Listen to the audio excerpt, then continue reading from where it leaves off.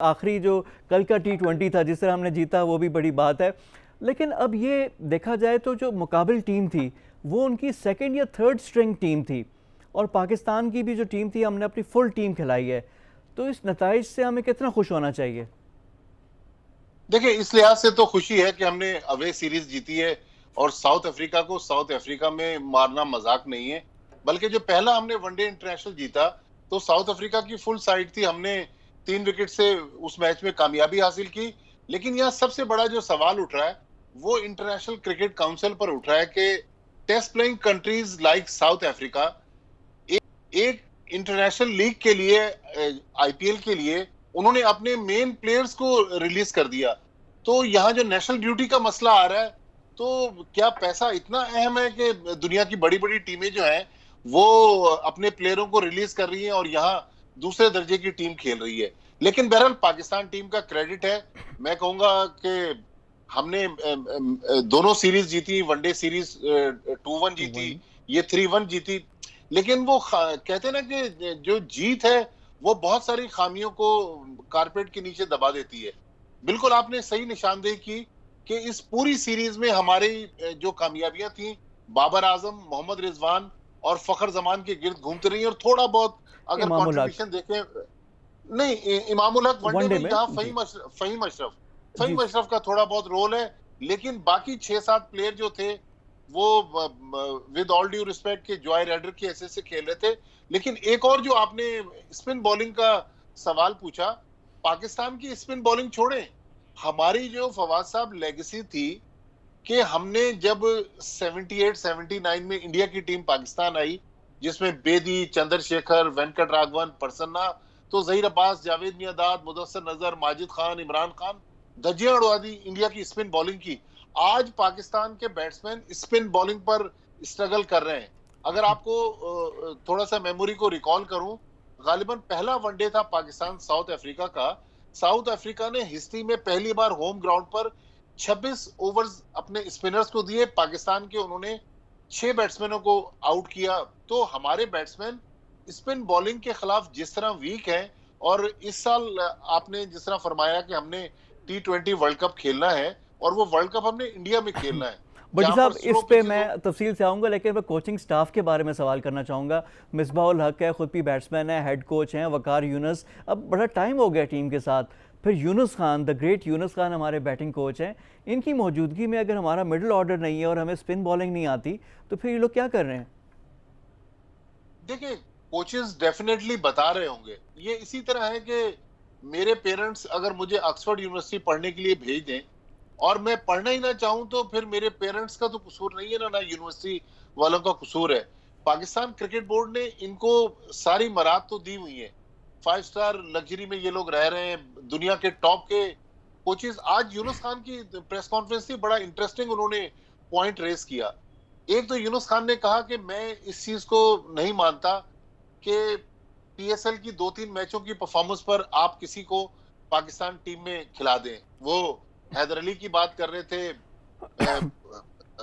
जिस तरह फेहरिस्त बड़ी तवील है, दानिश, इसमें फेहरिस्त बड़ी तवील है। दानिश अजीज भी जी, वो T20 डोमेस्टिक जो क्रिकेट के जी दो मैचों की परफॉर्मेंस पे आया। परफॉर्मेंस पे आए। तो यूनुस खान ने कहा कि बाज दफा हमारे हेड कोचेस और कप्तान जो सिलेक्टर्स। हैं या सिलेक्टर्स, वो मीडिया के प्रेशर पर भी खिलाड़ी को टीम में डाल देते हैं।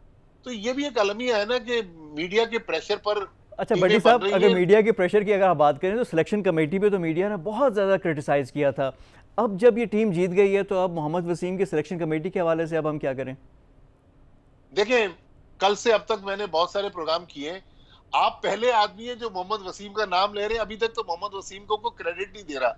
या बाबर आजम का जिक्र हो रहा है, या मिसबाह-उल हक का जिक्र हो रहा है, या यूनुस खान और वकार यूनुस का हो रहा है। लेकिन बहरहाल मोहम्मद वसीम को भी क्रेडिट जाता है कि उन्होंने कुछ ऐसे चेहरों को टीम में मौका दिया जिनको पास्ट में इग्नोर किया गया था। लेकिन मोहम्मद वसीम ने भी मामले को बहुत उलझा दिया है। बहुत सारे एक एक दो दो मैचेस की परफॉर्मेंस पर अब्दुल्ला शफीक टेस्ट जी। टीम में आ गए, एक फर्स्ट क्लास मैच की परफॉर्मेंस पर। तो मेरे ख्याल में इंसाफ के तकाजे ये नहीं है। यूनुस खान ने आज ये कहा कि किसी भी टीम को अगर पाकिस्तान किसी भी प्लेयर को अगर पाकिस्तान की टेस्ट टीम में आना है तो उसको फर्स्ट क्लास क्रिकेट का अच्छा खासा रन हमें देना पड़ेगा। अगर वनडे या T20 टीम में आना है तो फिर उस लड़के को लिस्ट ए में परफॉर्म करना होगा। लेकिन यूनुस खान ने कहा कि एक एक दो दो मैचों के परफॉर्मेंस पर जब हम पाकिस्तान टीम में लड़कों को डालेंगे तो फिर वही नतीजे आएंगे जिस तरह भट्टी साहब, अभी जो रिसेंटली डोमेस्टिक का हमें। अगर आपका जो टॉप परफॉर्मर था, हाईएस्ट रन स्कोरर, जिसने हिस्ट्री क्रिएट की, कामरान गुलाम, वो तो आपके 20 रुकनी स्क्वाड में शामिल नहीं है। इस तरह की चीज़ें काफ़ी हैं। फिर आपकी जो नाकाम तरीन ओपनिंग जोड़ी थी आबिद अली और इमरान भट्ट, उनको एक और एक्सटेंशन लाइफ लाइन मिल गई और शान मसूद ने परफॉर्म किया हुआ था, वो टीम में नहीं है। इमाद के तो हवाले से तो बहुत मीडिया ने, काफ़ी लोगों ने शोर भी मचाया था कि जी इमाद क्यों नहीं है टीम में। अब ये सारी चीज़ें अपनी एक तरफ। असद शफीक असद शफीक वो कहाँ पे हैं? 80 टेस्ट मैच के बाद आज असद शफीक को कोई नहीं पूछ रहा जी, और उसका नाम भी अब देखें, जिस तरह आपने कहा कि जी। वो भी नहीं, डिस्कस भी नहीं हो रहे, चीज़ें नहीं आ रही।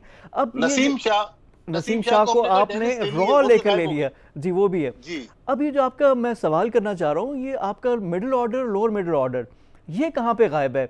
ये पूरा, ये आप पिछले 5-6 मैचेस देखें, वनडे और T20, परफॉर्मेंस नजर ही नहीं आई, आपको मिडिल ऑर्डर नजर ही नहीं आया। बिल्कुल, देखें कहीं नजर नहीं आया। वही जिस तरह मैंने आपसे अर्ज किया कि बाबर आजम, मोहम्मद रिजवान और फखर जमान ने टॉप ऑर्डर से परफॉर्मेंस दी। आप देखें मोहम्मद हफीज भी इस सीरीज में नहीं चले। आसिफ अली के पास क्या गिदड़ सिंगी है। आज यूनुस खान ने कहा कि आसिफ अली के साथ एक ट्रेजेडी हो गई थी, 2019 में उसकी बेटी का इंतकाल हो गया। चले, हमें हमदर्दी है आसिफ अली के साथ, वो ट्रेजेडी होगी, लेकिन 2019 के बाद हम 2021 में हैं। अगर हम हमदर्दी की बुनियाद पर पाकिस्तान की टीमें बनाएंगे। देखिए, एक बात तो फवाद साहब तय हो गई कि हमारे प्राइम मिनिस्टर इमरान खान की कहने पर ये नया डोमेस्टिक सिस्टम आया है जिसमें हमने डिपार्टमेंटल क्रिकेट खत्म कर दी। 2 साल में ना पाकिस्तान में क्लब क्रिकेट हो रही है, ना अभी तक हमें समरात मिल रहे हैं।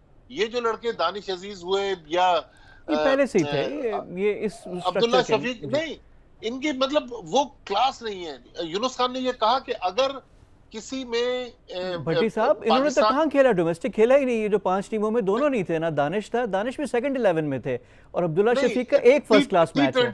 T20 में दानिश था, सिंध की फर्स्ट टीम में, फर्स्ट टीम में, ठीक, लेकिन फर्स्ट क्लास में नहीं था ना, फर्स्ट क्लास का इन्होंने फर्स्ट क्लास में नहीं था। बिल्कुल सही कह रहे हैं। अच्छा, अब यहाँ पे एक और जो सवाल आ रहा है वो शोएब मलिक की वापसी के हवाले से है। शाहिद अफरीदी ने ट्वीट की, और जिस तरह की सूरत हाल नजर आ रही है, तो क्या शोएब मलिक का कमबैक होगा? मेरे ख्याल में कमबैक हो जाना चाहिए, इसलिए कि जब मिसबाउल्लाह खुद 45 साल की उम्र में खेलते रहे, 43-44 साल की उम्र में यूनुस खान खेले।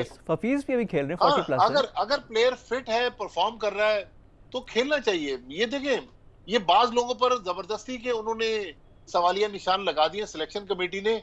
या तो आपके पास को ब्रायन लारा और सचिन तेंदुलकर पीछे बैठे हुए, फिर तो आप जरूर इन लड़कों को बाहर बिठाएं। लेकिन जब यंगस्टर्स को आप ग्रूम करना चाह रहे हैं, तो मेरे ख्याल में अब देखें ना, हमारी बॉलिंग कल के मैच के अलावा 6 मैचों में स्ट्रगल करती रही।